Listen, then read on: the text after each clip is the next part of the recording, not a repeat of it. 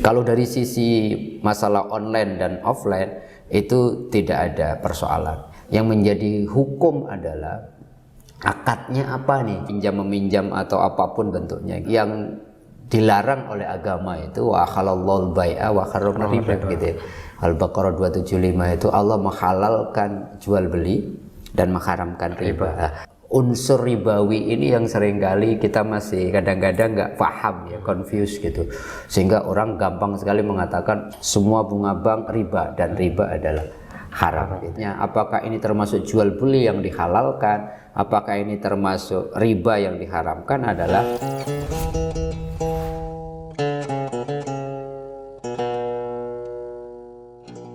Assalamualaikum warahmatullahi wabarakatuh.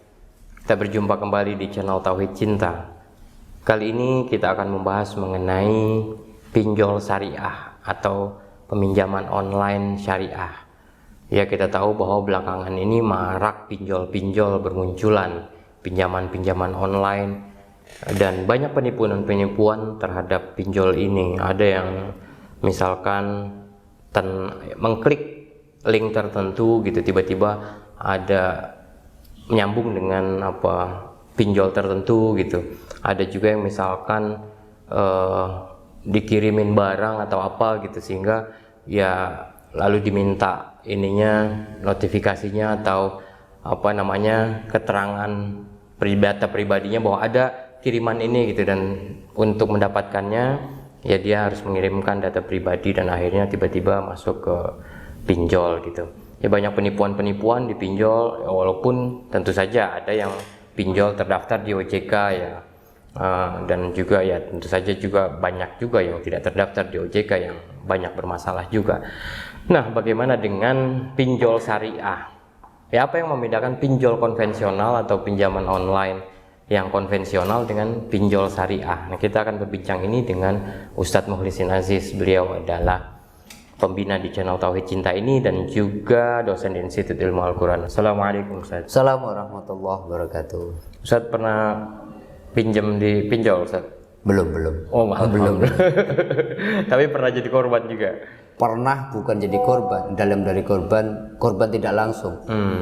Jadi ada satu pinjol yang tiba-tiba ngirimin saya WA bahwa Anda harus memberitahu seseorang yang dia memang saya kenal, tapi tidak ngasih tahu saya bahwa saya dijadikan jaminan. Jadi ketika orang yang minjem ke pinjol itu tidak bisa membayar, itu yang diuber-uber orang-orang yang dijadikan jaminan itu, karena kan pinjol itu meminta untuk diberi akses ke HP itu, termasuk nomor kontak semua yang ada di HP seseorang yang minjem itu berhari-hari diteror gitu, ditelepon, di WA, kalau Anda tidak segera ngasih tahu teman Anda, saudara Anda gitu, yang ini saya akan menjadi tanggung jawab Anda dan sebagainya. Biasanya karena pengalaman teman-teman yang lain juga sering ada kayak intimidasi segala macam, dibiarin aja. Setelah 2 minggu seminggu itu mereka lelah gitu kalau didiamin. Nah, pinjol syariah kayak gitu juga nggak sih Ustaz? Iya. Ya, pertama kan ngomong pinjol itu kan karena fenomena teknologi ya Mas Rifki ya, bahwa sekarang dengan mudahnya orang tidak secara konvensional. Pada prinsipnya ulama fikih kontemporer itu pinjol itu yang online itu media saja. Tapi pada prinsipnya semuanya antara konvensional dan syariah itu bukan masalah online-nya. Gitu. Yang konvensional yang fisik datang itu juga kalau ada unsur-unsur ribawi juga haram. Kalau kemudian ada unsur yang offline maupun ada online. Yang offline sama online itu kan cuma medianya. Sebab di dalam konteks jual beli yang online kan juga ada tahlifnya. Seseorang melepaskan dana tertentu, kemudian dilepaskan, ada orang yang tasarruf gitu, yang menggunakan dana itu ya. Ada orang kira-kira yang punya uang, dia melepaskan uangnya, kemudian ada satu pihak yang tasarruf menggunakan uang itu, bentuknya nanti tergantung akadnya gitu. Bahwa dulu itu orang datang ketemu, kemudian yuk tanda tangan. Ini sekarang enggak, tanda tangannya semuanya prosesnya itu lewat online dan gampang sekali. Kita foto, kemudian KTP-nya difoto, diminta izin untuk mengakses seluruh kontak, kemudian dikirim itu transfer. Nah, proses transfer itu kan tahliyah, bahwa orang yang akan meminjamkan melepaskan sebagian dananya, dan orang kita yang terima transferan mentasaruf itu gitu, menggunakan dana itu. Kalau dari sisi masalah online dan offline itu tidak ada persoalan. Yang menjadi hukum adalah akadnya apa nih, jual belinya ini apa, pinjam meminjam atau apapun bentuknya gitu ya. Yang dilarang oleh agama itu wa halallahu bai'a wa harrama riba gitu ya. Al-Baqarah 275 itu Allah menghalalkan jual beli dan mengharamkan riba. Unsur ribawi ini yang seringkali kita masih kadang-kadang nggak paham ya, confused gitu, sehingga orang gampang sekali mengatakan semua bunga bank haram gitu, semua bunga bank riba, dan riba adalah haram gitu. Yang membuat haram dan tidaknya, apakah ini termasuk jual beli yang dihalalkan, apakah ini termasuk riba yang diharamkan, adalah para ulama mensepakati pada akadnya. Jadi kalau konvensional itu sejak awal ya akadnya memang ada kelebihan dari pinjaman yang dia berikan, nggak mau tahu itu. Pokoknya kalau Anda minjam di sini ya Anda harus membayar bunga tertentu. Itu yang disebut kelebihan dari harta pokok atau harta pokok yang pinjaman. Nah, kelebihan itu loh disebut riba. Riba itu kelebihan. Tetapi kalau di syariah akadnya berubah, Mas Rifki. Yang membedakan konvensional sama syariah itu di akadnya. Misalkan akadnya bisa akad jual beli, bisa akad pinjam meminjam, bisa akad ta'awun. Ta'awun itu benar-benar tolong menolong gitu. Misalkan begini, kalau konvensional itu kita pinjam dipinjol 10 juta, tiba-tiba itu ditransfer, tiba-tiba kemudian bukan hanya tiap bulan, tiba-tiba tiap hari itu diminta dengan nilai tertentu. Kalau diakumulasi itu bisa dari 10 juta bisa 100 juta gitu ya. Ya, kelebihan-kelebihan yang kemudian si peminjam tidak punya ruang untuk diskusi, tidak punya ruang sejak awal bahwa dia menyetujui, itu yang disebut ribanya. Tetapi kalau jual beli pinjam meminjam atau syariah, sejak awal misalkan saya mau jual beli nilai barangnya 10 juta. Disepakati sejak awal, saya membeli nilai barang 10 juta itu saya akan bayar dengan saya beli dengan 11 juta gitu ya. Itu sejak awal akadnya. Saya ada uang 10 juta dinilai seperti barang, kemudian saya ridho, saya beli menjadi 11 juta. Setelah disepakati 11 juta, akadnya jual beli, kemudian saya akan bayar 11 juta itu secara bertahap. Kemudian 1 tahun, nah 11 juta dibagi 12. Pasti ada kelebihan kan, namanya juga sudah ada kelebihan 1 juta. Tapi dia namanya jual beli kan, orang jual sekian, kemudian tawar menawar, kita beli sekian, pokoknya sekian, itu nggak masalah. Termasuk juga pinjam meminjam syariah juga begitu, minjamnya seperti apa gitu.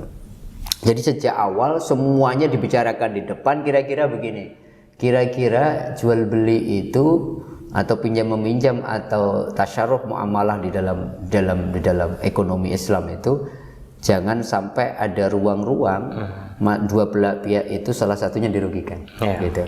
Jadi kalaulah nanti kemudian banyak orang yang mengatakan bank-bank syariah juga bahkan lebih mahal kalau dihitung-hitung, nggak ada persoalan lebih mahal dan tidak.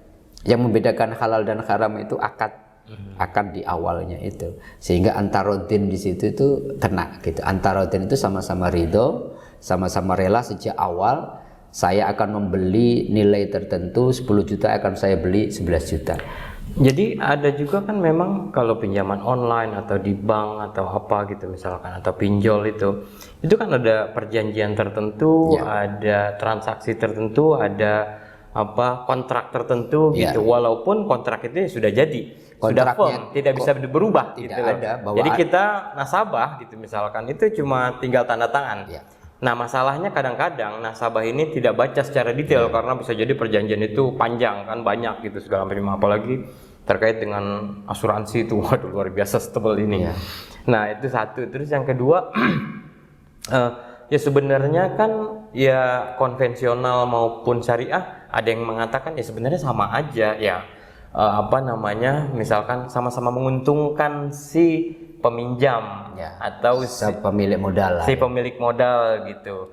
Nah, ya tinggal bagaimana caranya aja gitu loh. Ya sama-sama. Lah agama itu kan cara, gitu.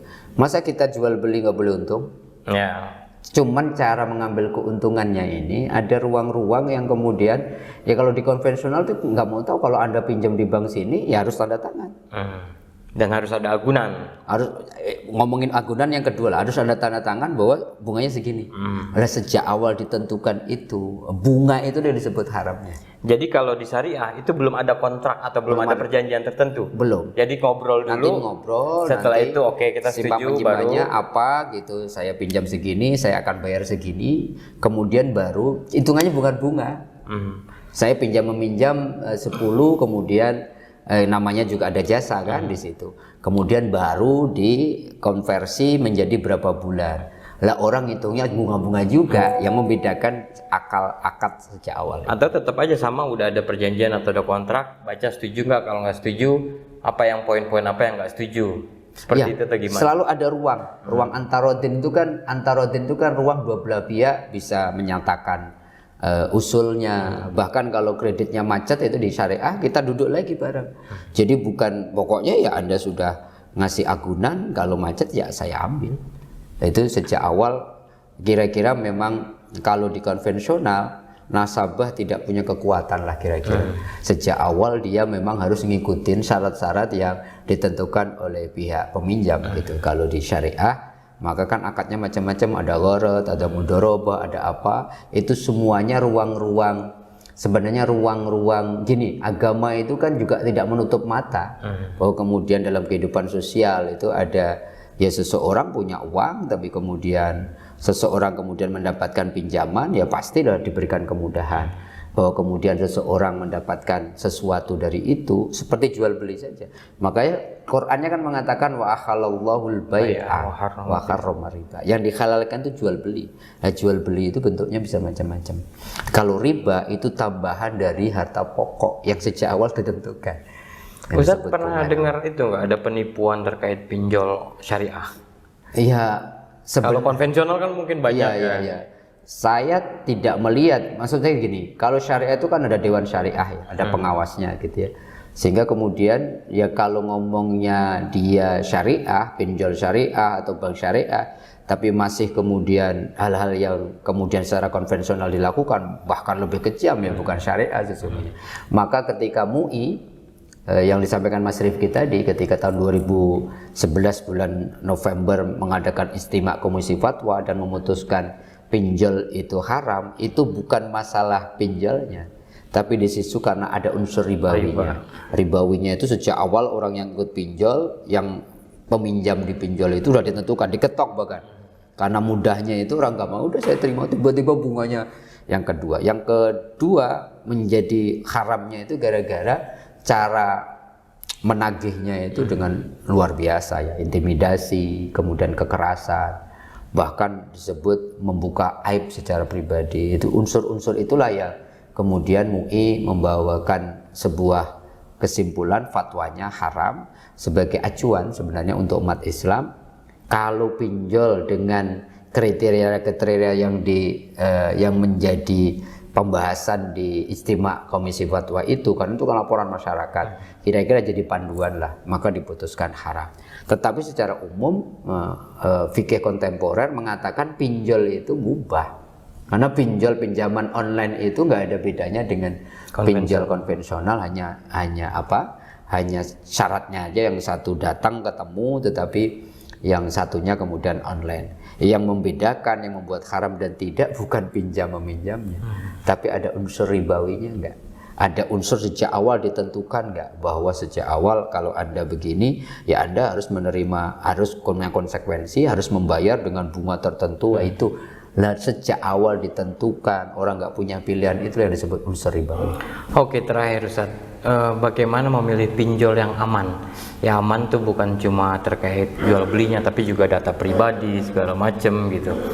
Nah ini kan banyak ketakutan orang ketika kita sudah melakukan pinjaman online, data pribadi kita tuh sudah tidak ada lagi gitu. Maksudnya sudah diambil semuanya, dicuri gitu. Ya memang kalau poin itu kan sebenarnya tidak bisa kan masyarakat secara pribadi. Semua stakeholder harus turun tangan Mas. OJK sebagai otoritas jasa keuangan saya kira sekarang sudah harus mengedukasi masyarakat gitu ya, bahwa kalau ada pinjaman online yang ditawarkan lewat media sosial, lewat medsos itu cek dulu bahwa mereka terdaftar di OJK. Kadang-kadang mereka meletakkan cap di OJK padahal kita kadang-kadang males kan karena kebutuhan kan orang untuk ngecek ke OJK aja kadang-kadang nggak mau. Lah kalau sudah OJK firm gitu pasti mereka ikut aturan-aturan OJK, apa yang tidak boleh, apa yang boleh. Lebih-lebih kalau mau aman lagi ya online pinjaman onlinenya syariah, karena syariah itu dua yang ngawasin. Selain kemudian OJK sebagai jasa keuangan, otoritas jasa keuangan, ada namanya pengawas syariah gitu. Yang itu biasanya MUI, ada Dewan Syariah Nasional yang mengawasi itu, sehingga ada hal-hal yang memang membedakan. Kalau ada unsur-unsur yang kemudian merugikan salah satu pihak, disitulah Dewan Pengawas turun tangan, dan mestinya Dewan Pengawas juga secara reguler memberitahu kepada masyarakat, oh ini loh pinjaman-pinjaman yang benar-benar konsisten menerapkan prinsip-prinsip syariah. Kalau teman-teman kemudian masih tetap di konvensional, ayo OJK juga punya kewajiban sebenarnya merilis pinjol-pinjol yang memang terdaftar. Yang repot menurut banyak informasi yang kita dengar, yang online itu dimatikan 5, malam ini bisa bikin 15 Mas Rifki. Jadi digerebek di mana-mana kan pinjaman online. Mati 1 tumbuh 1000. Orangnya sama-sama juga gitu. Jadi karena online itu, jadi online itu di satu sisi ada kemudahan demi kemudahan, tapi pada sisi yang lain kalau regulasinya tidak ketat gitu, yang dirugikan pasti apa? Masyarakat yang tidak punya akses, yang gagap kemudian menghadapi dunia internet yang masuk ke ruang-ruang pribadi, kadang lagi diam-diam gitu tiba-tiba ditawarin, wah lagi nggak punya uang nih, foto doang nih, maunya kalau udah duit kan masuk kan? Tiba-tiba besok diuber-uber gitu. Jadi harus bijak lah saya kira.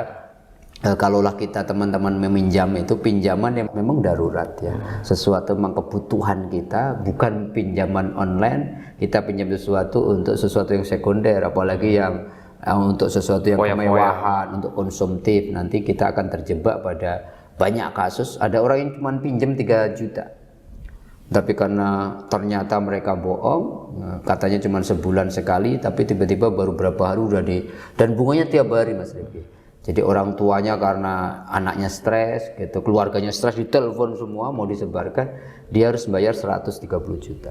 Dari 3 juta. Dari 3 juta. Ya itu jelas ribawinya udah. Maka harus bijak saya kira. Tipsnya adalah bijak, jangan kemudian mudah tergiur dengan pinjaman-pinjaman online. Kalau memang kita butuh sekali, namanya kita kadang-kadang memang punya kebutuhan mendesak dan itu sangat primer, langsung cek. Ada pinjaman-pinjaman online yang terdaftar resmi di Otoritas Jasa Keuangan. Kalau mau lebih selamat lagi dunia akhirat, ya memang ada namanya online pinjol syariah yang nanti selain OJK juga punya tercatat di OJK, tapi juga diawasi oleh Dewan Syariah Nasional, sehingga ruang-ruang, kalau syariah itu ruang-ruang salah satu pihak dirugikan, saya kira kalaupun ada yang nakal sangat kecil gitu. Oke, terima kasih Ustadz. Ya, semoga kita semua bisa mengambil manfaatnya. Ya, mohon maaf atas segala kekurangan. Wallahul muwaffiq ila aqwamit thoriq. Assalamualaikum warahmatullahi wabarakatuh.